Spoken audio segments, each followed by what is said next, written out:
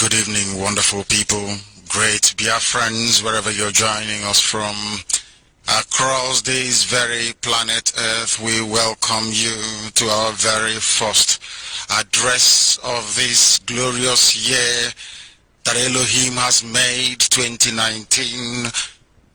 I welcome you and I say happy and a very prosperous new year to each and every one of you.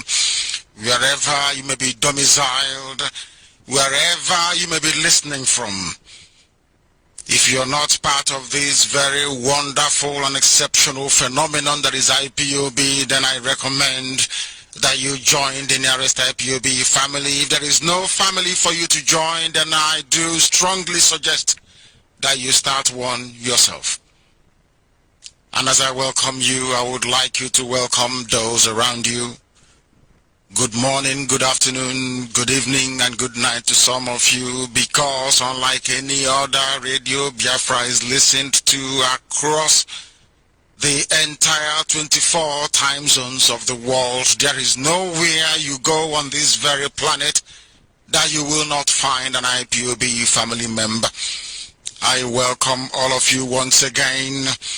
And with the time now at approximately 4 minutes past the hour of 7 p.m. here in the Holy Land of Israel,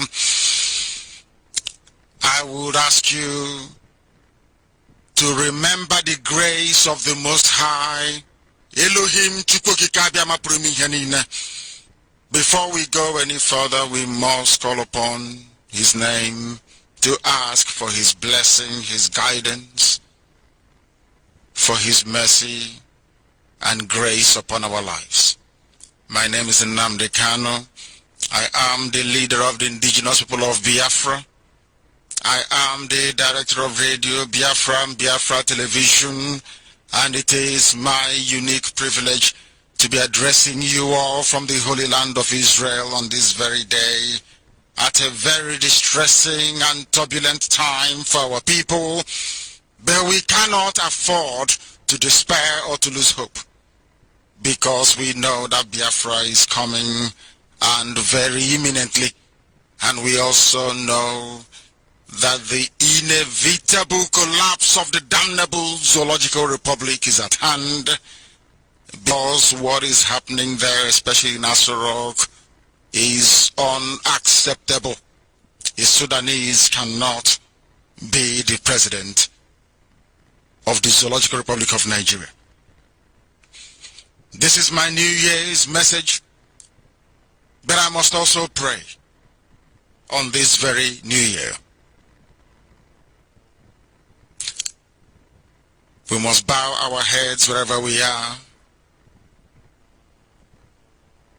reflect, ponder, and think of all the wonderful things that Chukwukikabiam Elohim did for us in this very past year, and in fact in years gone by, and see where we are today as one family, IPOB, and give him thanks and adoration. In our distress, O Elohim, we have called upon thee, and you have always answered us. From deep in the realm of the dead, we called for help, and you listened to our cry. You raised us up from the depths of the earth into the very heart of the seas, and the currents swirled around us. All your waves and breakers swept over me. And I said, I have been banished from your sight, yet I will look again towards your holy temple. The engulfing waters threatened us, the deep surrounded us, seaweed was wrapped around our head, to the roots of the mountains we sank down, the earth beneath bed us in forever. The earth appeared to have swallowed us forever, but you, the creator of the heavens and the earth, our Lord and our God, you brought our life back. You raised us from the pit of darkness. When it appeared as if the enemies were overrunning us, we remembered your holy name. We prayed fervently unto thee. Our prayers rose to your presence in the heavens. Even those who cling to worthless idols turned away from your love for us. But all of us, with shouts of grateful praise, with sacrifice unto thee, we made good that which we vowed to make good before thee, because salvation cometh from thee and thee alone. This evening, all across the entirety of humanity, from this hallowed platform, Radio Biafra, here in Israel, may we all, the light of this very earth, may we all in IPOB, every Biafran, regardless of where you are, hold lovingly in our thoughts those who, like ourselves, are suffering from tyranny, subjugation, cruelty, and injustice. We must rededicate ourselves to working every day towards the alleviation of the suffering of those who are less fortunate than ourselves. May we recognize our solidarity even with strangers in our midst, because we are scattered all over the world. May we also remember the outcasts, the downtrodden, the abused, and the deprived, that no human being be treated as any other, that our common humanity binds us together in one fabric of mutuality, one garment of destiny. May we pursue the scriptural edicts, the vision of peace, that we might live harmoniously with one another and side by side, respecting differences, cherishing our diversity, with no one exploiting the weak, each living without fear of the other, each revering divinity in every human soul.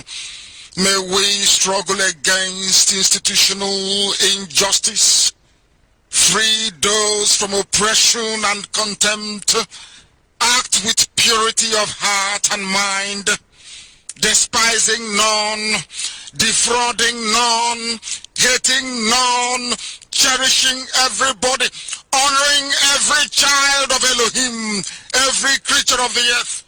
May all Biafran people, the nation of Biafra, and all her peoples know peace in this new year, and may we nurture kindness and love everywhere to the glory, adoration, and exaltation of Elohim. Now and forevermore we pray. Ise.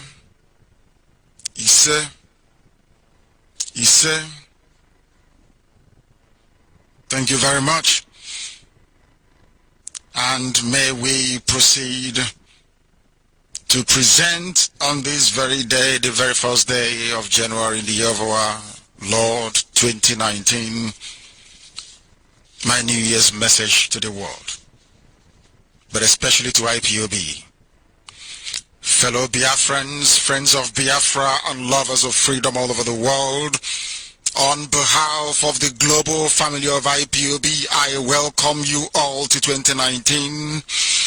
And I know it is a year bristling with hope for our most divine and Elohim-ordained quest to restore the freedom stolen from us by the oppressor and her local agents within the colonially constructed evil contraption we have come to know as Nigeria.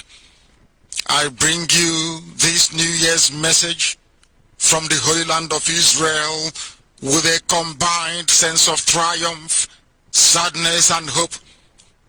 My sadness, which I am sure you all share with me, stems from the ultimate sacrifices some of us have had to make in pursuit of our right to self-determination.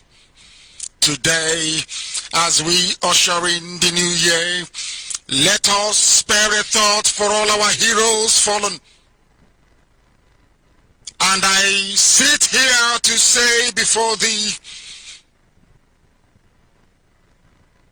that they did not die in vain.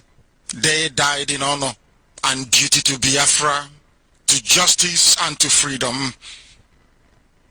And to those injured in limbs and body, and those still detained illegally, we say that this family of yours, IPOB, is with you.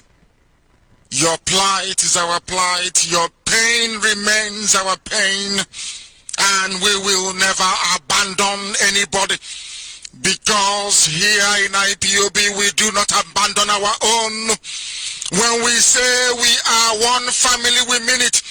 We are one family bound in blood and in bone, dedicated to the sacrifice that is to be made for the restoration of Biafra that Elohim has promised us, that his will may be done upon our lives.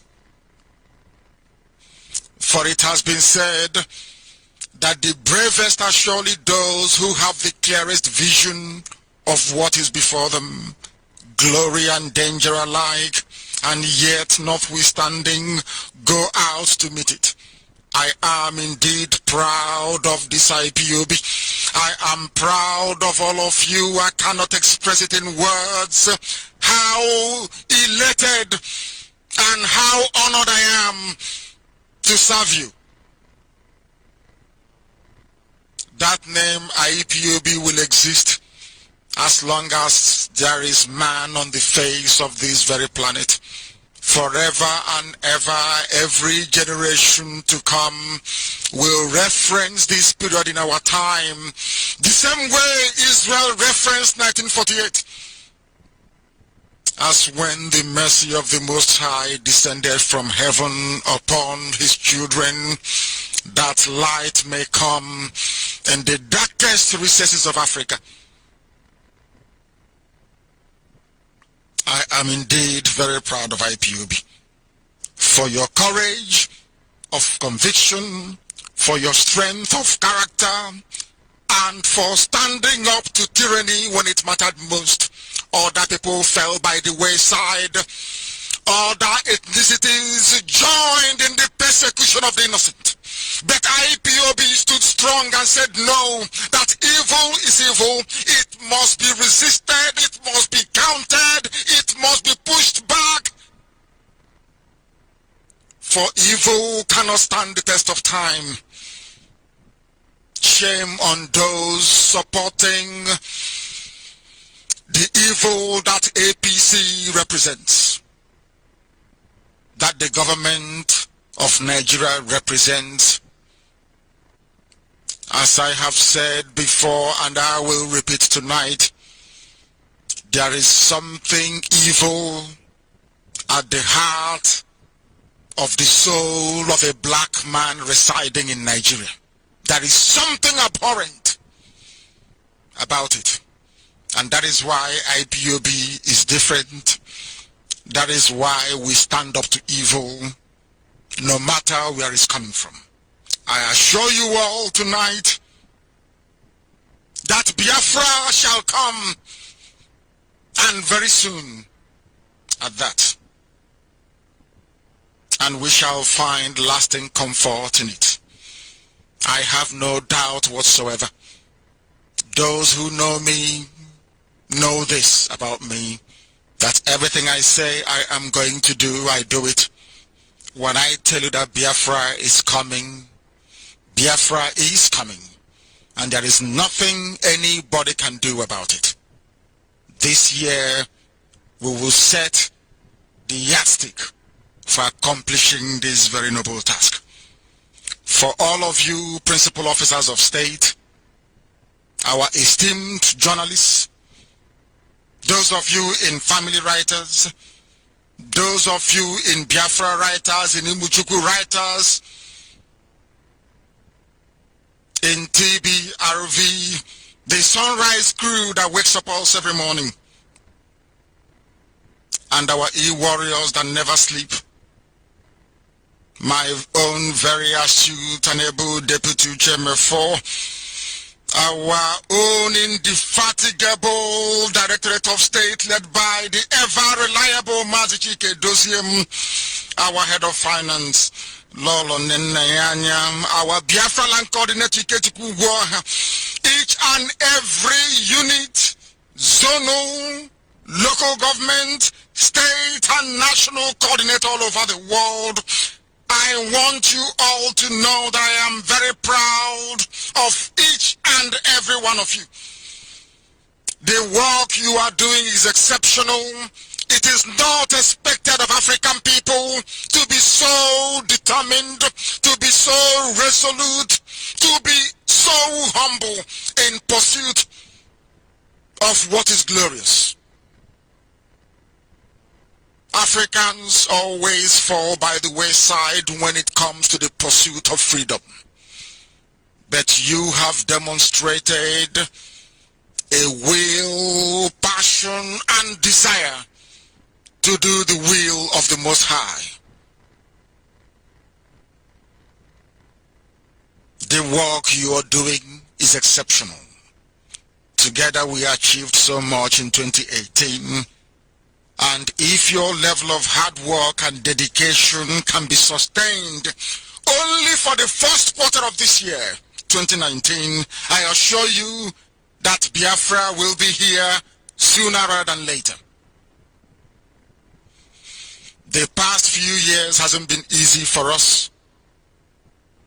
And as most of you can recall, this is my first New Year's address to you since 2015. As we all know, through the past 4 years, circumstances ranging from my unlawful arrest and detention by the APC government of the dead Buhari, now championed by Jubril al-Sudani, from the tribulations of Ahane Zendiwa and Igbo governance, their attempt to assassinate me, which culminated in the deadly military invasion of my home on the 14th of September 2017, that led to the loss of 28 of our gallant men. All these incidents have over the years prevented me from addressing you, the ever-resolute and faithful IPOB worldwide family. Since 2015 and all through to the end of 2017, we have faced the worst persecutions and acts of state terrorism ever unleashed on a people. Ironically, and in total defiance of reason and logic, the Nigerian judiciary conspired with the executive to label IPOB, that has never ever killed anyone, a terrorist organization. Whereas the bloodthirsty Miyetti Allah Cattle Breeders Association, which is the cover that Fulani terrorists, headsmen use to commit impunity, they have been rampaging through swathes of the Middle Belt with the active connivance of the government of Nigeria and their media, where sometimes the Nigerian media, especially Yoruba media, celebrate them as opinion leaders. How sad is that? In the face of all these hypocrisies and moral contradictions, in the face of all this hypocrisy after hypocrisy and moral contradictions, we Biafrans have exercised uncommon restraint and continue to demonstrate to the world our commitment to peaceful and lawful agitation by avoiding the temptation and all entreaties to resort to armed struggle. We have chosen this path because we trust in a new international order that is committed to helping all oppressed peoples to realize their right to self-determination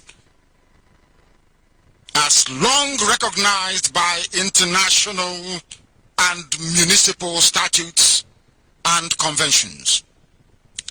Rather than weaken or tear us apart, the hardships we have all faced in these past years of persecution by the primitively totalitarian APC government of Nigeria and internal collaborators in Ohaneze Ndigbo have brought us together as a people and have motivated us to dig ever deeper into our huge reserves of resilience to keep moving this restoration project forward, to the surprise of our enemies and saboteurs alike. We have confounded all those that thought that I, Nnamdi Kanu, and IPOB would go the way of those that went before us. Now they know we cannot be bought or sold like a commodity, unlike those that shout Biafra during the day only to serve the interest of the corrupt government of the zoo at night. If you are not with IPOB, you are not involved in Biafra agitation. You are only a slave for the zoo. Those that mortgage their soul and conscience to the demon of avarice and self-enrichment at the expense of the well-being of the masses will answer for their sins at the appropriate time. They will be held responsible. Everybody will account for his stewardship at the right time. Using the name of Biafra to endear yourselves to politicians is a crime, and we will not tolerate it. I stand here today to reaffirm that we remain whiter than white and whiter than snow. Only IPOB can make such a boast. Those who are in the habit of using our agitation for Biafra restoration to endear themselves to positions in order to obtain financial reward should have no business with freedom fighting. Issuing meaningless press statements designed to curry favor with the same discredited politicians responsible for our misery will only hasten the demise of such individuals or group. Some of these unknown quantities struggling to remain relevant only rush off to the press to issue a statement. They are not on the ground. They have not fought any battles. They have not witnessed any encounter with the armed forces of the zoo. But they somehow think that by issuing statements that they are fighting for Biafra, they are only deceiving themselves. If there is something we are certain of in the year 2019, it is the fact that voting will be boycotted, starting with the presidential elections. There will be no voting in Biafra land. Come the presidential elections, everywhere will be paralyzed. Everywhere will be paralyzed. They must understand this. Okezie Ikpeazu will be removed from office as the governor of Abia State because of the role he played in initiating Operation Pattern Dance that killed hundreds of our people. This same Okezie Ikpeazu is responsible for the illegal detention without trial of our Biafran Jews currently in detention in Umuahia. A crime for which Okezie Ikpeazu and his supporters will never ever be forgiven. Anybody supporting Okezie Ikpeazu is an enemy of the people. I don't care who you are. Allow me to repeat. Anybody supporting Okezie Ikpeazu is an enemy of IPOB and of the Biafran people. Some of you have rushed to him to collect money, claiming you are one pro-Biafra group or the other. You then rushed off to some newspaper publications to give them money to write whatever rubbish that is coming out of your mouth. Let me warn you, if you think you have what it takes, come down to Abia State and raise any poster of Okezie Ikpeazu. That day you will know that IPOB owns Biafra land. We will set an example with you. The best you can do is to go to a newspaper and be chatting rubbish all day long. You cannot come on the ground in Biafra land and do those nonsense you're mouthing off somewhere in Lagos. You cannot do it. I know some of you are very poor, both physically and in the spirit. You have this insatiable void within you. You feel that acquiring material wealth from politicians might feel, but you are mistaken. Anybody who comes out to defend Okezie Ikpeazu will be in serious trouble, and their name will go down in history as those that rose against the will of the people. If you don't want to be one of them, just stay clear of IPOB and what we are doing. Okezie Ikpeazu must fall. Regardless of what his handlers and controllers from Sokoto Caliphate does with INEC, Okezie Ikpeazu will fall. If Okezie Ikpeazu doesn't fall, the world will bear us witness as to what will become of Abia State. If you're investing in Okezie Ikpeazu becoming the governor of Abia State, you're going to lose your money. You're wasting your time. We said we're going to boycott elections, but you see Abia State, Okezie Ikpeazu must be removed to serve as a warning to others that their excesses will one day count against them. No amount of state-sponsored rigging through INEC. We know Fulani Islam, they control INEC. We know that they control the army, they control the police, they control everybody. We know. And they have made up their mind to put their boy back into office. Okay, Zipazu. A monumental disgrace. A man that has done nothing for 4 years. Only to invite our Fulani to kill us. Some of you don't know. They killed us in National High School, Abba. Have you forgotten? Have you forgotten what happened during Operation Python Dance 2? All those in support of Okezi Basu, all those criminals running to the media to write nonsense in support of Okezi Basu. Did you not hear about Amnesty report? Those they killed and threw into a borrow pit and poured acid on them? Is it because you've not picked up arms yet?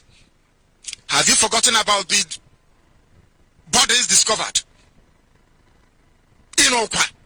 Have you forgotten?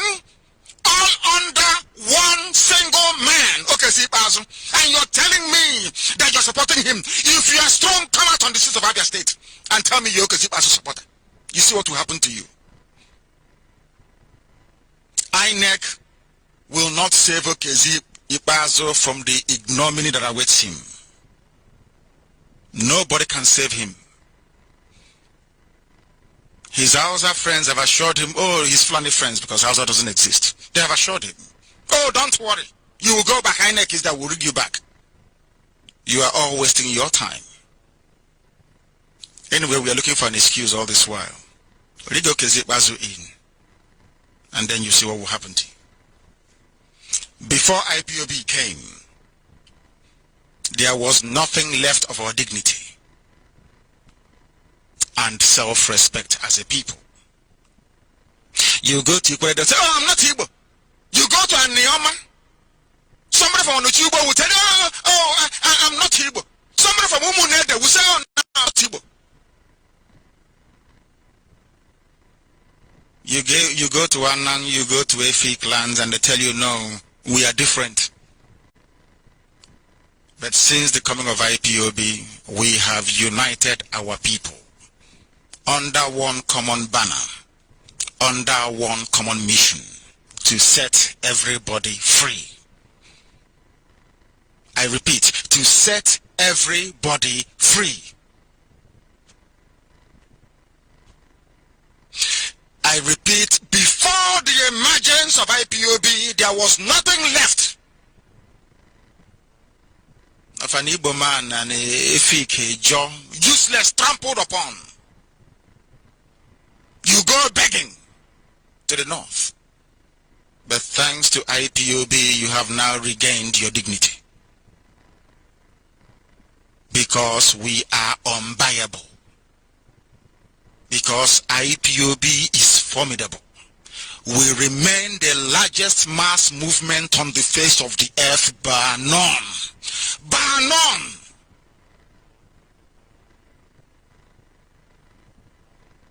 Now that Chukwuka Biama has determined that we should come, our various ethnic nationalities that constitute the historic and ancient Biafran Federation are now more united than ever. The high level of togetherness, bonding, and sense of purpose amongst the people of Biafra as a result of the activities of IPOB has ensured that Anang Ibibio, Efik, Ijo, Isoko, Ishekiri Robo, Igala Idoma, and Igede are now walking with a sense of purpose never before witnessed in the history of our people. That is what Elohim has done using IPOB. Now you understand when we say one family, what we mean by that. The Biafran dilemma and the tragedy of what Nigeria has been turned into have reached the point where the world can no longer afford to be silent. As the renowned English philosopher Edmund Burke said, and it is often true, that, and I quote, The only thing necessary for the triumph of evil is for good men to do nothing.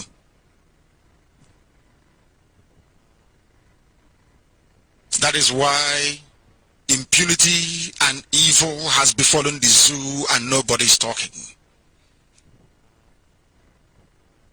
If you rise up to speak against tyranny and oppression, they put you in prison.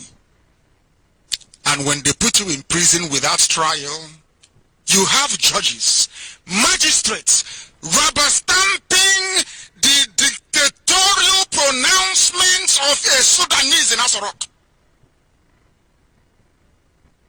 Tomorrow they wear that wig looking like a torotoro, walking about everywhere claiming that they are my learned man, my learned sister, my learned brother. A bunch of illiterate fools. A Sudanese giving you orders from Asorok. Oh, lock up this person, lock up that person, lock up Dinomala. You go and rush and lock them up. The likes of Femi Kayode, who are speaking, is under the threat of arrest. Everybody, once you rise up to speak, you are condemned. And my greatest pain is that Yoruba media condone this evil. I have said this to Yoruba people, with the exception of the likes of Ayadebanji and a few of them who are honorable men. Honorable men. There are honorable men in Yoruba land. You see Yoruba media, your judgment is coming. And when that judgment comes, there will be nobody to save you. Mark my words today. Because of the duplicitousness of Yoruba media, the Yoruba race will suffer. Write it down somewhere. I say Nnamdi Kanu told you so. On the 1st of January 2019. The Yoruba race will suffer. Because Yoruba media are evil. They support evil. They will die inside evil. Because they want presidency. They want access to oil. They want us to keep on trading in Lagos. Because of that, they are prepared to lick the boots of Fulani people. In this quest to subdue and subjugate truth, which is what IPOB represents, as a matter of fact.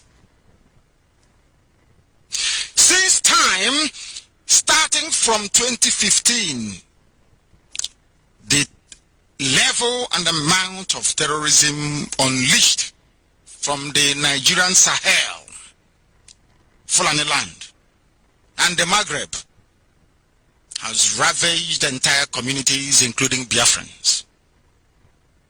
See what is happening in the Middle Belt.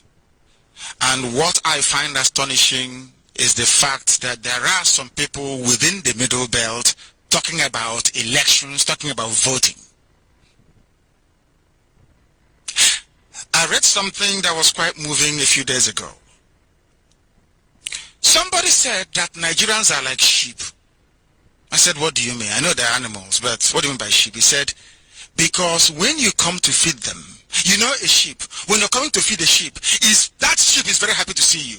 But the sheep doesn't know that the reason why the shepherd is feeding him or her, as the case may be, is to get you fat so they can slaughter you. You see a goat when you come, when you go, let us get something for this goat to eat. You're not doing it because you love the goat. You're doing it because you want to fatten the goat and prepare it for slaughter. That is what is happening in the Middle Belt. I feel sorry for them because I had hoped, or should I say reasoned, that by now a complete and utter repudiation, a rejection of everything to do with Nigeria will be the most logical position to adopt. But people are talking about voting. Tinubu is using what I call the Yoruba media preponderance, their undue influence in the media, because every major newspaper house has a headquarters in Lagos, controlled by Yoruba people. They are feeding you lies. They are lying to you, deceiving you, massaging your pain, telling you, oh, don't worry, election will solve everything. But all of a sudden, you have discovered that they are pushing for the same person responsible for your pain, or should I say, the same group of cabal responsible for your pain. Almost every Yoruba paper is supporting APC. They want the Sudanese to continue in power. They want Abba Kyari to be pulling the strings from behind the scenes. That is the truth they will not tell you, but it is the truth that Nnamdi Kanu will tell you every blessed day. I have Yoruba friends, and I love them exceedingly. But I must speak the truth, the same way I expect them to tell me the truth about Biafran people. When I look at the injustices happening in Nigeria, when I look at the lies, the deception, and the fraud being committed by Yoruba media, I feel sorry for our people, especially those living in Lagos and those unfortunate enough to be born there. To make matters worse, the Nigerian presidency has either failed to protect its own citizens or has itself become complicit and unleashed terror on those that actually voted for them, thus stoking the notion that some group that controls the levers of state power have set out to subjugate others in a Nigeria that was never meant to be this way. Do you see how cleverly, of course with the advice of the British, how the Fulanis have covered every market? They decide if you live or if you die. They decide who rules or who doesn't rule you. And have you also noticed how very cleverly the Yorubas have always supported the Fulanis? Do you all know that in modern, should I say, when I say modern, let me say from say 1963 onwards to this very date, Yorubas have never, ever before voted for anybody from Biafra. They never voted for Jonathan. They never did. They didn't vote for Azikiwe. When Ekweme came out to contest, of course, it was their turn because of Abiola. They never voted for our people. And they will never, ever vote for you. Can you imagine the effrontery? Obasanjo was in power for 8 years, and after that 8 years, now Usibajo, a Yoruba man, is the vice president to a Sudanese. Upon all of that, no Igbo man has never been recommended to be the president of Nigeria. Even at that, Yorubas are saying that they are going to vote for a Fulani man so that the presidency will return to Yoruba land again in 2023. I have no interest in zoo politics, neither does IPOB, but we are pointing all these things out so that you know that the injustice you're facing is entrenched. They will never love you. I'm saying this thing for a job, for a BBO, for Anang, for Efik. All of you people, without Biafra, you're doomed, you're finished. Go to Ogoni land. Ken Seriwa thought he could work out something with Fulani people. Today he's in the grave. They said Ogoni flag off, Ogoni clean off, Ogoni sweep off. What has happened? Nothing. But there are some people in Iguacha, in River State, contemplating voting. Do you see how foolish your lives are? When we say you are baboons, you are animals, you don't quite understand it. You say I'm insulting you. I'm not insulting you. It's because you can't reason very well. You are like that hungry sheep that they are fattening up for slaughter. Not because Fulani they love you. No, of course not. They use their Yoruba media friends to tell you what you want to hear so that you can hate the only person who can save you.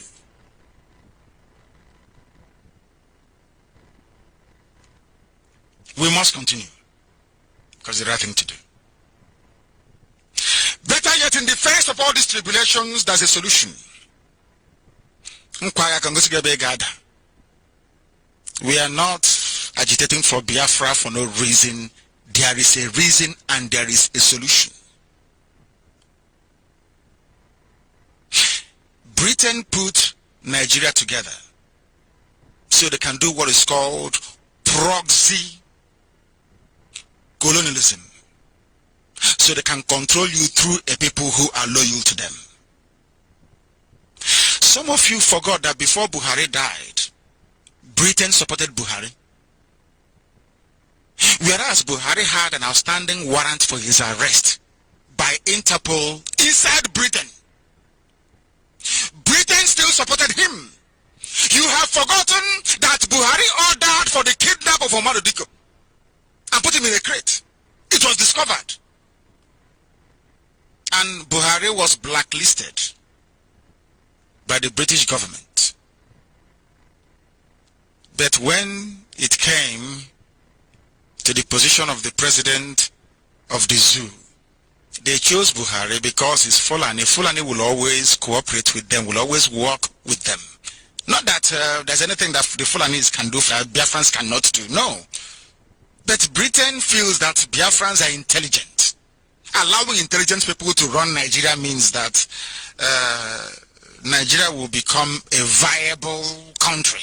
And they don't want that. They don't want it. That is why they don't want Biafra. They are afraid that the emergence of Biafra will prove once and for all time that a black man is not that stupid after all. Everybody knows in their heart of hearts that there is no way a Fulani man can move Nigeria forward. It is impossible. Talk less of a Sudanese. There is a solution. And what is that solution? If truth be told, societies can only progress when among competing ideas they choose the most progressive of the lot. Once you choose a progressive idea, the best. So that's why America is going forward, even Israel. Do you know in Israel, if they don't jail their prime minister, they're not happy. Are they not pursuing Netanyahu now? Netanyahu, they're pursuing him. Israel wants to prove to you that we sent you into office to go and serve us. Any day you step out of the line, you go to prison. Israel, they love jailing their prime minister and their ministers. I don't know why. But in the zoo, Buhari died, buried in Saudi Arabia. They brought a look-alike from Sudan. All of you are jumping up. And I'm saying to all of you that went to the rally of Jubilee, look at his left ear. Look at the palm of his hand. He's no longer waving. Nobody's complaining. Oh, it's nothing. Because a white man hasn't said it yet. And when I tell you people that you are inferior, you will start complaining. This is even more so when societies have the benefit of hindsight. Nigeria cannot be an exception to what has worked elsewhere. We, the indigenous people of Biafra, have proposed and still proposing the only idea that will halt Nigeria's spiral towards bloody implosion.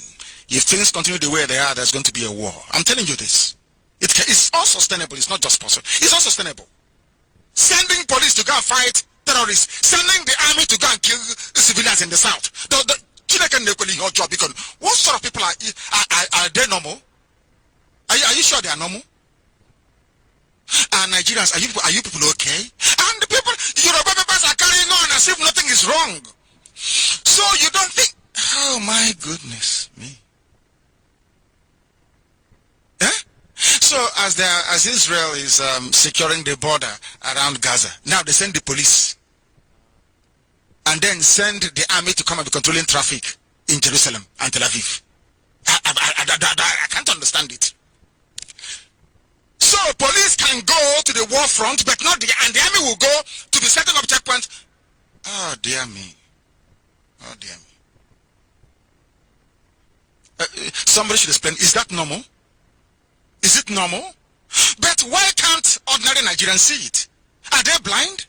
How can you, I don't know, send police to the war front and then send army to go and conduct elections? I can't get my head around it, honestly. Honestly. We, the indigenous people of Biafra, have proposed and still proposing that the only idea that will halt the bloody disintegration of the zoo is a referendum for everybody. What is wrong with asking people what they want? This cabal ruling the zoo, they're not up to 20. But they control your mind. They control the minds of the Yorubas through Tinubu and his newspapers and his media presence. And an ordinary Yoruba person cannot see beyond his nose. Do you know why? His fear is of Igbo man. I don't try to understand what I'm saying. A Yoruba man can no longer reason because the sum of all his fears is in an Igbo man. That's all he's interested in, an Igbo man. So if you tell them, oh, but can we open the seaport in Calabar? They say, no, an Igbo man will benefit. No. Can we open the seaport in Iguacha in Port Harcourt? No, it will benefit an Igbo man. Okay. Can I then fly from Iguacha to Los Angeles? No, because an Igbo man will benefit.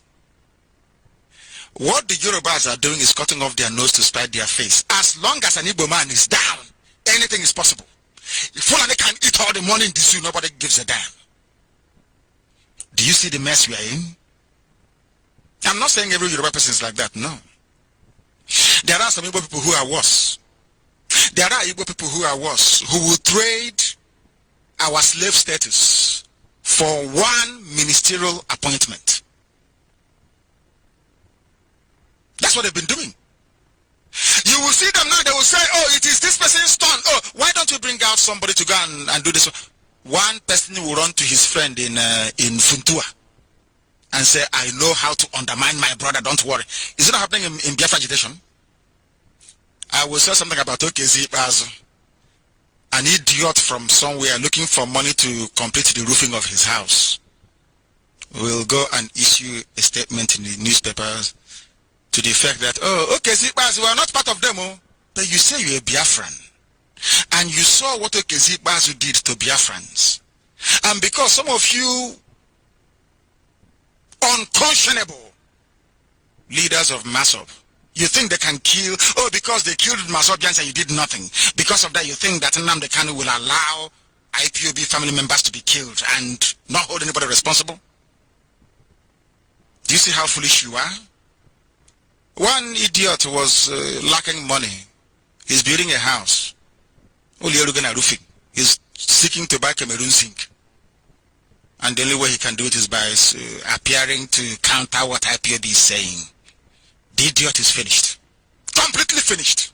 Complete and total. If he's strong, let him come and campaign for Kezibazu openly. He'll be torn to shreds with bare hands. And a man cob. Only referendum can save the bloody implosion of the zoo.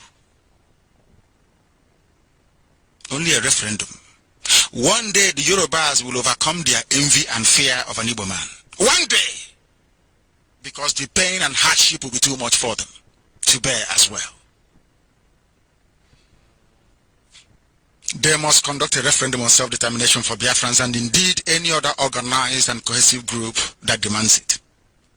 That is the only fair way, not through federalism, not devolution, not restructuring, no. To drive home our demand, IPOB will ensure that the entire land of Biafra is paralyzed on whatever date they choose to hold their presidential elections. This position is irreversible unless our simple demand is met. Do you know why the presidential election is very, very key? That day the whole world will be watching. No longer like Anambra that nobody's interested in. The world will be watching. And we will paralyze Biafra land. If you want to be free of the chains of slavery and bondage in the zoo, boycott presidential elections and the zoo will crumble to your tent, O Israel. Go and vote and you renew your license. Forget all the devil says, oh, it's your right, it's your democratic right. What dividend?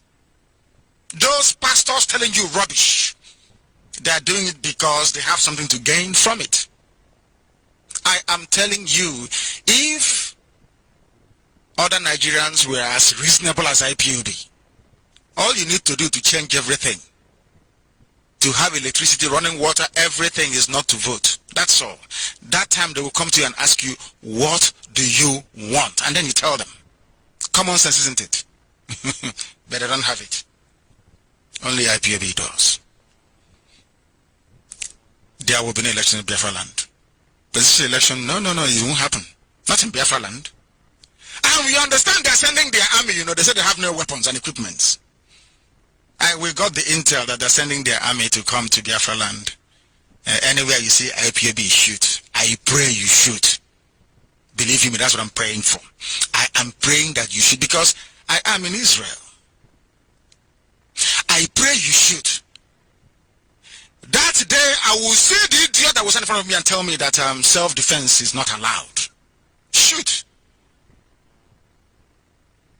And then you will see.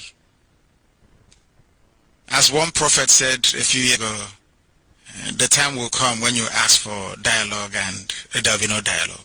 We are there. We are going to boycott. Come, bring your army and shoot. Then you see what will happen to your army in our land. I'm not telling you not to shoot. Come to our land and kill us. And then you see what will happen. Even Britain will abandon you. A bunch of mad, cattle-heading tribe. While others are busy pontificating on the pages of newspapers or selling their soul to the highest bidder in Abuja, IPOB, only IPOB, Indigenous People of Biafra, only IPOB. Today you are part of Nigeria movement. The next day you're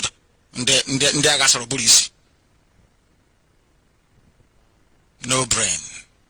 Only IPOB. If you want to be free, IPOB. It doesn't matter who you are. Come, join IPOB or start one where you are. Everybody will be free. What we are pursuing is freedom for everybody, not just for Biafrans. I said for everybody. I have said it time and time again. Take the bloody oil and gas. We don't need it. We don't need oil and gas. What for? We have our brain. Yoruba, if oil is your problem, take it. I know that Fulani cannot live without oil and gas. Come and take it. We don't need it. We just want to be free. Freedom is all we're asking for. Not natural resources. They write long essays and not speak because they research it for weeks. Write brilliant grammar. All comes to zero, to naught. Doesn't make any sense. Sometimes I wonder what they study at the zoo universities that they attend. Only IPOB is on this long walk to set Biafra free. Where black people in sub-Saharan Africa will, for the first time since colonization, live under guaranteed freedoms and rights, unlike the primitive arrangement people are forced to live under in Nigeria. We are not going to get there overnight, I know that. But in this 2019, we will make some of our most significant strides yet to accomplish our stated mission, which is to restore Biafra.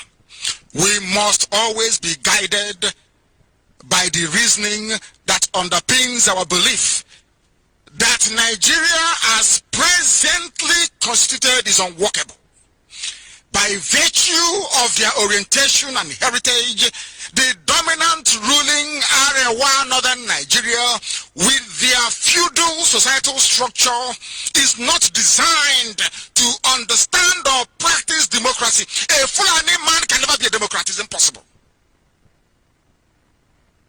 It's like introducing democracy in Saudi Arabia. It is not possible. It is incompatible with their core religious beliefs. Incompatible. How can you have Sharia and democracy? Does that make sense to anybody? In the 11 states of Fulani controlled Awasa North, you have 11 states on Sharia, and then you have democracy. Does that make sense to anybody? Does that make sense to anybody? The laws of Sharia come from the Quran. The laws of the secular state goes into a constitution. So which one are you going to believe? You heard Bintan Yako talk about Sharia law. Sharia law is from Islam. It's from the Quran. I don't know. Am I making any sense at all? I don't know how people reason sometimes.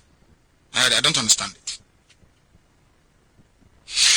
By virtue of their orientation and heritage, Fulani people with their feudalism in their areas, they can never understand the meaning of democracy. That's why some of them came out and said, oh, this Biafra agitation, we should suspend the constitution. And he says he's a professor of law. They don't understand the essence of a constitution. That's why they don't obey it. Why do you think before Buhari died, he never obeyed any court order? Because to them he's alien. All they know is Sharia. And so telling them that man can make laws that may infringe on the laws that Quran said Muhammad made, you have a very serious problem. Very big problem. Now, how can I be in some country with such people? Not that I hate them, but the way you do things are markedly different to how I do things as well. They're not the same, and I can never be. Fulani can never practice democracy. That is why they rig elections. Do you know that I read somewhere that the former INEC chairman called Nuhu Ribadu, whatever his name is, that he's in support of Jubril. I shed tears. That tells you the mindset of your average Fulani man. No matter how poorly they are performing, a Fulani man will always gravitate towards a Fulani man.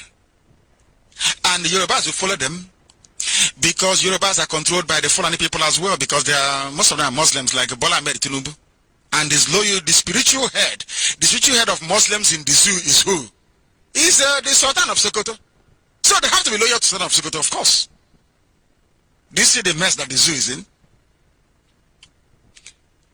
By virtue of the orientation, I keep saying, they cannot practice democracy. This was one of the greatest mistakes the likes of Dr. Nnamdi Kanu were made. Nnamdi Kanu is a brilliant man, intelligent, the finest of his time. But he made one fundamental error. The fact that black people have black skin doesn't mean we are all one people. It doesn't mean that. Are all white people the same? Do you know that the social welfare system in France cannot work in Britain? One believes in pure free market economy, the other one believes in intervention from the state. That is called the Keynesian and the Smith school. The supply siders and the demand siders. You heard about Keynes, haven't you, in economics? And you heard about Adam Smith. These are two opposing schools of thought in economics. That you can use demand to stimulate the economy, or that you cannot actually allow supply to determine what happens within an economy. Laissez-faire and interventionist approach. Britain opts for the more middle ground, I would say, laissez-faire approach. Whereas in France, they believe in intervening. Two of them can even be in the same country. Didn't UK leave the EU? These are white Christians, democratic nations in Europe. They don't agree. Talk less of people that don't know the meaning of democracy. That is why I'm trying to get black Africans to understand that your value system is what binds you together. That's what glues you together. Not because a white man said so. Because Lugard said, you, from today your name is Nigeria. You don't have to agree with it. Because Ted Heath that took Britain to EU is dead. Today, was it not Cameron that brought them out of it? Of course, it's got to be Theresa May. These are the things that blacks don't understand. When I attend lectures in England, when my lecturer is speaking, I listen. I don't regurgitate every nonsense in the textbook. I listen and I reason. These are the things lacking in black people. And we are seeking to correct that this very year. Nnamdi Kanu made a very big mistake. The social arrangements they have in northern Nigeria makes it impossible for their leaders to appreciate and respect democratic values. such as you have somebody respecting the rule of law. They cannot. Freedoms and liberties, they don't know the meaning of it. That is why a 70-year-old man can marry a 13-year-old girl by force. That is why Boko Haram came out and said no to Western education. They forced their views of life on other people. We are Republicans, we don't do it. And can never, ever do it.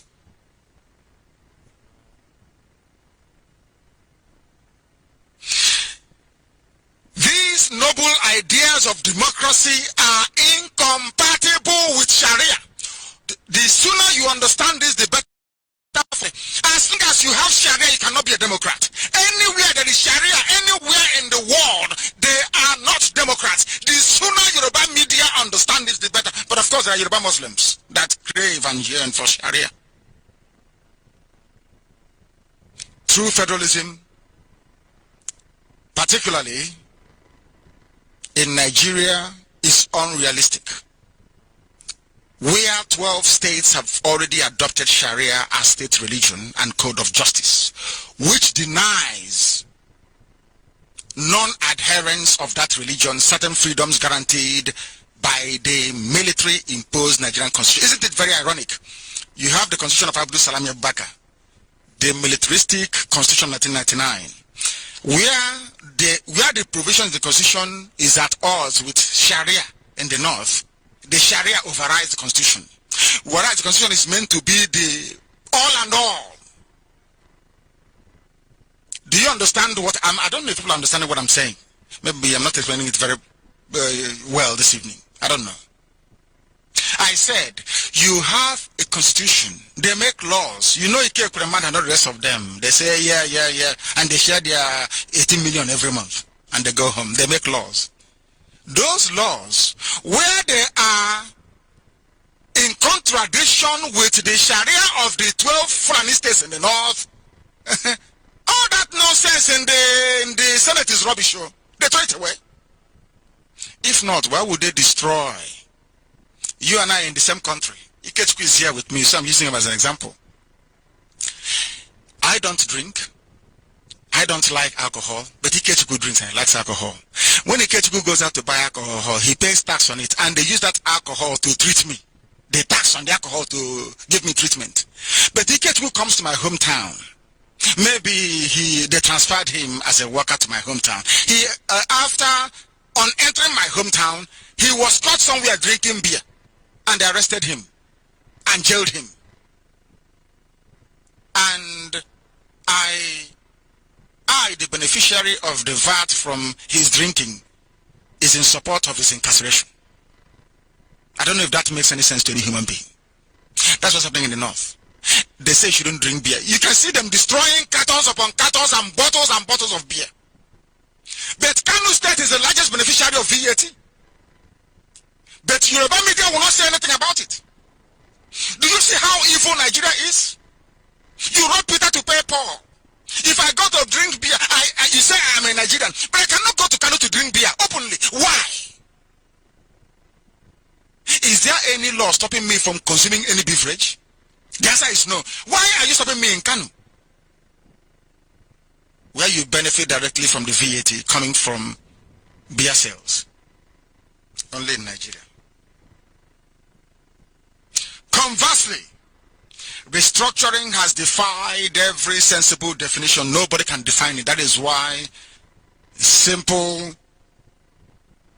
referendum is the only way forward. Come to think of it, was it not a federal arrangement or federation that Nigeria had at independence? But it did not even survive up to 6 years. What then is the new true federalism that world is talking about? Can you want I want to know. Explain it to us. Restructuring, let them leave Biafra and join restructuring. Restructure what to what? From what to what? I'm asking you. What are you restructuring? Oh, you mean an additional state where one of your Awasa slaves will be the governor, answering to Awasa people with a Fulani police inspector. with a Fulani police inspector. That when IPOB decide to march on the street, they destroy us.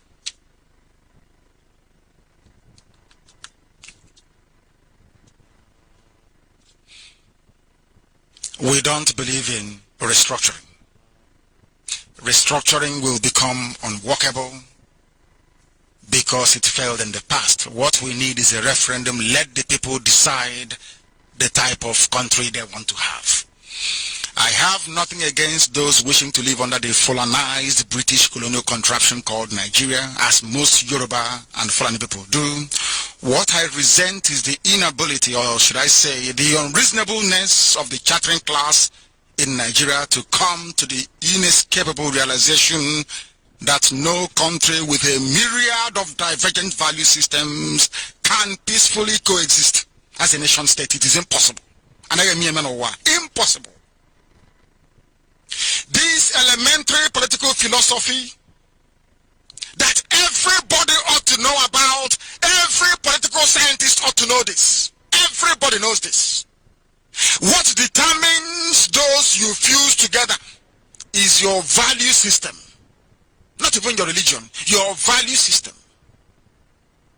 I believe in freedom, and Awasa man doesn't believe in freedom. So my daughter can play football for Nigeria.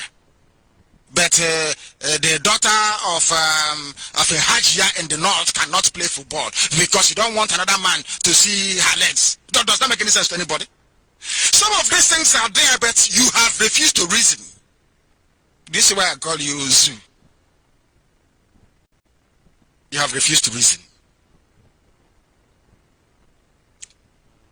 Meaningful human development in Nigeria is impossible because the Fulani feudal mindset, Yoruba monarchical system, because there they have monarchy, you know, they have all this Kabiesi, and the Republican disposition of Biafrans are forever irreconcilable value systems that will ensure the unworkability of Nigeria as a country from now till the kingdom come.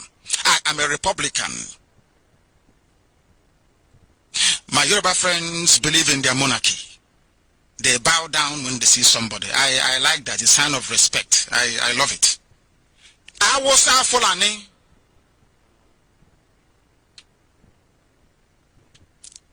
Believe in whatever it is that they refuse. What was that thing they do in the north? Rankadede. In the morning you come with your bowl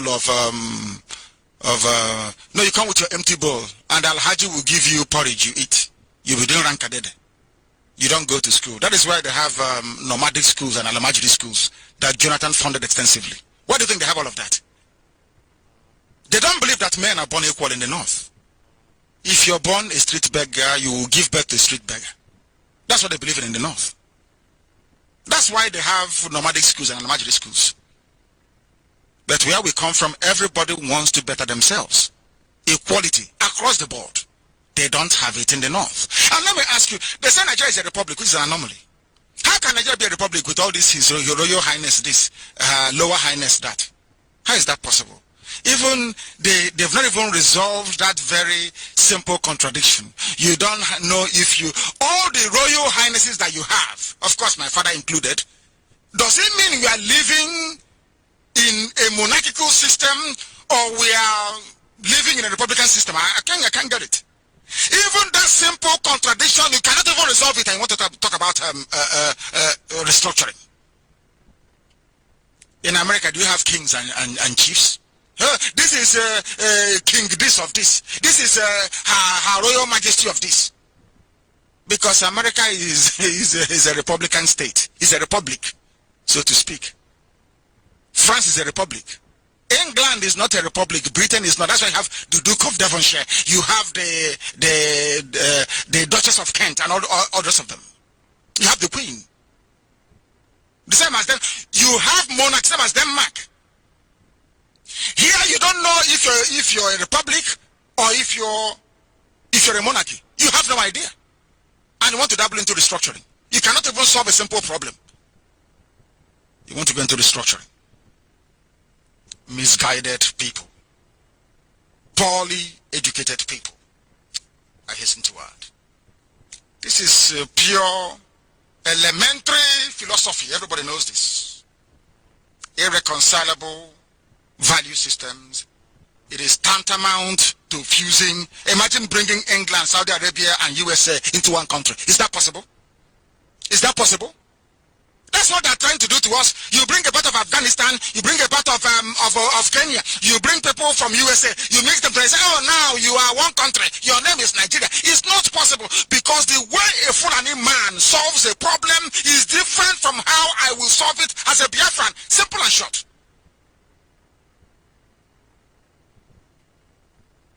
It will never ever work.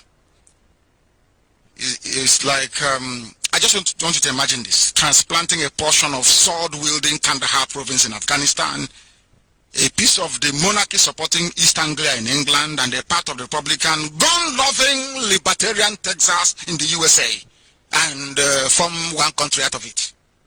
In the morning you ask a Texan to courtesy, to bow before the queen or bow before the king. He'll probably shoot you first of all. You don't know that those that founded the USA are from England? You don't know that? What did they leave? They said, all men were created equal by God. No king, no queen. They went to, these are English people. They went to America. They founded a new nation. He was a child of an English man, migrant, George Washington, that liberated them from England. People and their useless sentiment. They said, we are Americans now. So you don't know that America is the extension of England? But they said, we don't need queen, we don't need king, we don't need your highness, your lowness, we don't need your lordship here. Everybody's hi, hello, hi, hello. If you won't answer, you go. And now you're beginning to understand it, isn't it?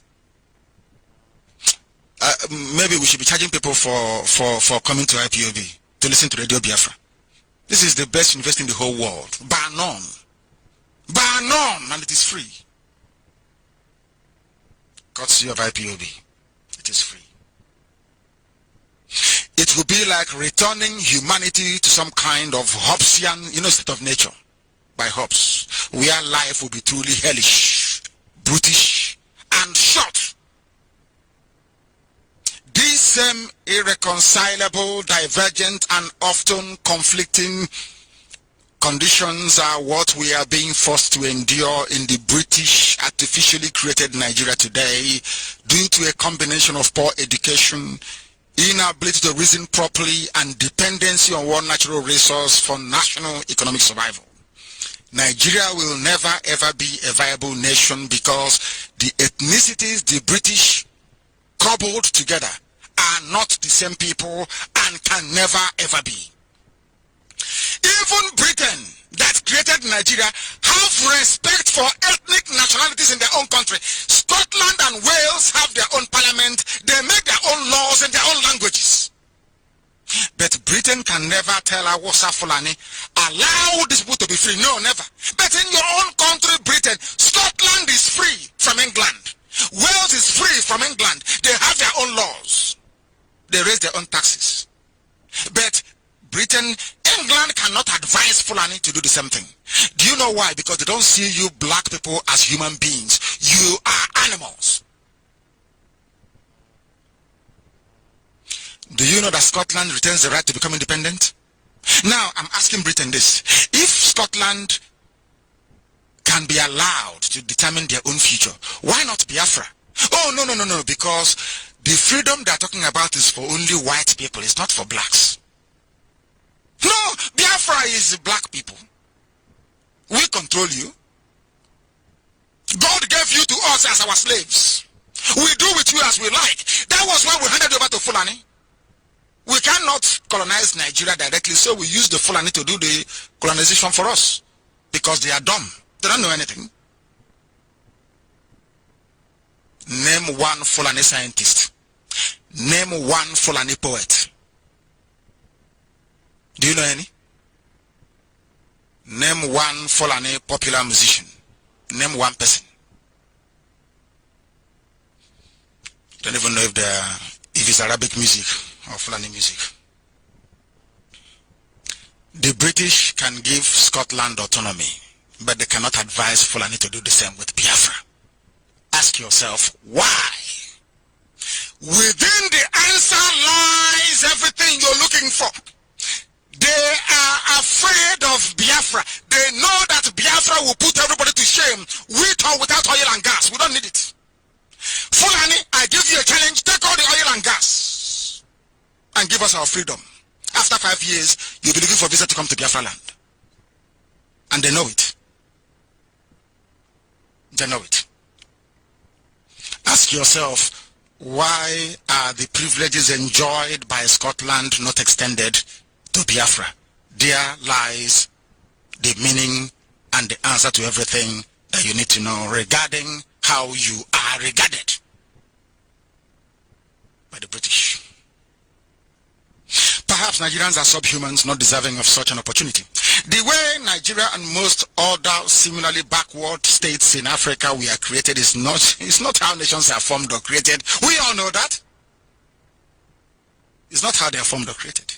These unnatural colonial experiments in Africa is the reason why the continent will continue to struggle until an intelligent breed of people rise up like IPOB to return it to its pre-colonial borders. Let everybody go back to where they were before the white man came, and you see progress in Africa overnight. Only then also will Africa know peace. With the benefit of hindsight and history, I make bold this very 1st of January 2019 evening to say that anything short of a referendum would be duplicitous and futile. The earlier people stopped deceiving themselves on this, the better for all oppressors and the oppressed alike. In my time since this struggle, I have come to the realization that Biafra means different things to different people. To northern Nigerian Muslims, especially the Fulbe elite, that's the Fulani elite, it means armed rebellion, as well as a design to deny them free will access to the vast oil and gas deposits we have in Biafra land. To the Yoruba, Biafra is a selfish desire by Igbos to control oil and gas. For the stranded middle belt minorities, Biafra signifies abandonment. I know, I can understand, and I share the fear of the middle belt. They fear the exit of Biafra will precipitate their inevitable annihilation at the hands of their Fulani overlords, who will blame them. Once Biafra goes and Wahanako Fuf, Fulani will slaughter them. So I understand. So they should come with us instead, and we will defend them. To us, to we, the children of light, IPOB, Biafra means a right to self-determination, self-preservation, and ultimately a right to become autonomous and live in peaceful neighborliness with anything from the north, be it Arewa or Nigeria, whatever it's called, in a new compact that will ensure prosperity and fairness to all sides. The path to what we desire and the non-violent means to achieving it is neither new nor treasonable, as the Nigerian presidency continues to believe. It is the same path that saw the birth of many new nations around the world, most notably after the end of the Cold War. It is the only path to peace. We have succeeded in dismantling the colonial divide and rule the British colonial masters introduced to their southern Nigeria, which the Fulani oligarchy perpetuated through their gerrymandering of our borders that divided Igbo families and turned them against each other. Today it is no longer in dispute that a 1K Igbo in Edo State, Abo in Delta State, and through to Asaba, Onisha, through to Ikwere and Opobo are all Igbo-speaking people and therefore of the same family. There is nothing like Delta Igbo. Mad people. We are one family. This year, 2019, we shall begin taking the first tangible steps into nationhood. We will do everything humanly possible to ensure our referendum is conducted this year. The process of extensive referendum consultation was not concluded in good time last year to enable us to hold it. Again, the cost implications made it impossible for us to complete the printing and production of our ballot papers, but we shall continue to work very hard to ensure its completion. Referendum is a very costly, resource-intensive exercise, and we want to get it right the first time, because that will usher in the new Biafra government, even if it has to operate from outside the shores of Biafra land. The whole world knows that Nigeria is a glorified graveyard for talent and aspirations. Too many people have been stopped from attaining their potential in life because of the culture of mediocrity and impunity that permeate every sphere of human interaction in Nigeria. Stripped of every shred of honor and dignity, we march into the Mediterranean Sea to drown like lemmings off a cliff. After trekking through the unforgiving Sahara Desert, where the weak and unfortunate perish. This is the life of your average Nigerian youth with no hope or future. In response to the democratization of poverty and death in Nigeria, IPOB will be launching a social welfare public works scheme across the length and breadth of Biafra land in an effort to use our God-given talent and skills to develop and improve our land even prior to the coming of Biafra. Because political office holders we had hoped would do it for us are more preoccupied with stealing as much of our commonwealth as possible. We, IPOB, are going to do the little we can to stop our young people from trekking from our land to Europe that have resulted in the death of so many young people. This scheme will equally address the issue of lack of infrastructure, as IPOB will embark on minor road repairs, the rehabilitation of dilapidated primary schools, maintenance of drainage systems in areas prone to flooding due to blockages in the sewage system like Aba, Owerri, Onisha, Abakaliki, and Iguacha. A welfare outreach team will be created to provide assistance in public places to those who cannot help themselves. There will be massive job creation in various sectors of the economy where raw materials can be locally sourced to help drive down the rate of unemployment, especially among young graduates.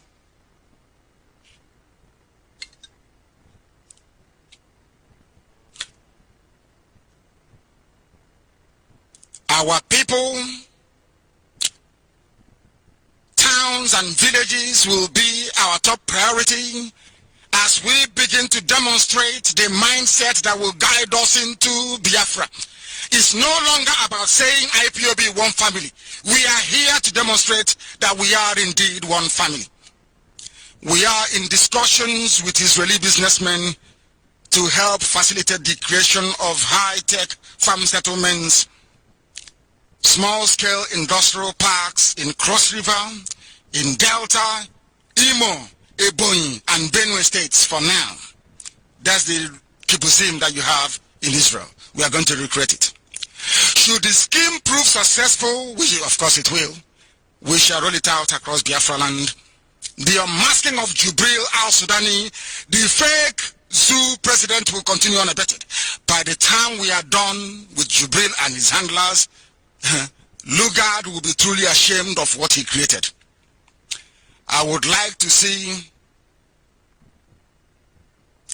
how Nigerians are going to participate in elections where one of the names on the ballot paper is a dead man buried in Saudi Arabia. It is a shame that Nigeria, the zoo, is heading ingloriously towards implosion. We understand the enemy has announced yet another round of Fulani military invasion of our land in the name of Operation Pattern Dance to help facilitate the rigging of elections for Jubril al-Sudani and the cronies of the Sokoto Caliphate across Nigeria. What I said previously still stands, and there is no going back. Chukwukika Biama is my witness that any reported shooting or killing of any Biafran by this Fulani Janjaweed army of the zoo will be avenged. Those who previously doubted our resolve should ask Okezie what he's feeling or going through right now in Abia State. I am placing our colonial master on notice, Britain. They are our colonial master till tomorrow morning. That should the government of Theresa May give the go-ahead for any innocent Biafran to be killed again on Biafran soil, Nigerian soldiers will pay the price for it. Let the world not say we didn't say it. This Nigerian army have refused to engage ISIS in the major theaters of battle in the north, in the Sahel. This same Nigerian army led by Buratai refused to counter the killing spree of Fulani herdsmen across the Middle Belt, but they can easily mobilize the same army to come to the south, to come to Biafra land, to rig elections, FINEC, and for their friends, and to kill non-Muslim populations with impunity. That will not happen. Policemen are being forcibly deployed to face Boko Haram terrorists, whereas the army that prides itself as a defender of Nigeria, they are the ones running scared from the battlefield. Instead, they are being sent to kill civilians in order to sustain Fulani hegemonic control of the zoo called Nigeria. Everything in Nigeria is upside down. That is why I struggle to understand why there are universities in Nigeria, because people go to school but end up not learning anything. Is it the job of the police to fight insurgency? That's my question. The most astonishing thing is that people are going about their normal business, pretending all is well when logic is being turned on its head. Can anybody identify any country in the world where the police is sent to the war front and the army deployed to carry out police duties? No, it is only in Nigeria, with her ignorant professors and pseudo-intellectuals busy scavenging for campaign funding for elections, when impunity is now the order of the day. None of this is surprising. After all, Nigerians cannot differentiate between a dead Buhari and an impostor from Sudan. How can you expect them to distinguish between the constitutional roles of the police and that of the army?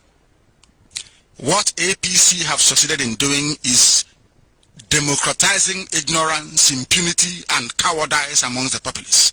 Can anybody say precisely why Sheikh El Zagzagi, Colonel Sambo Dasuki, and Jewish adherents are still in prison till today?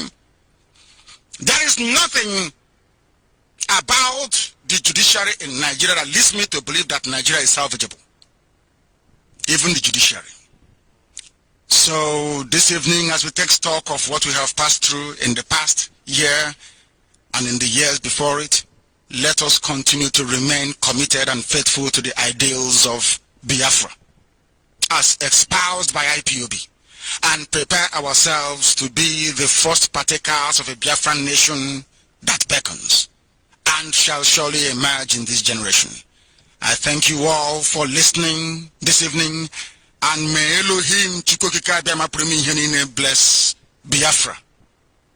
May Elohim bless Israel and all men and women of goodwill around the world, but above all, may Chukwukika Biama bless IPOB. Obodo kenenu Kanu, Nnamdi Kanu, Nnamdi Kanu, Amadike. Kani kenebenu Kanu.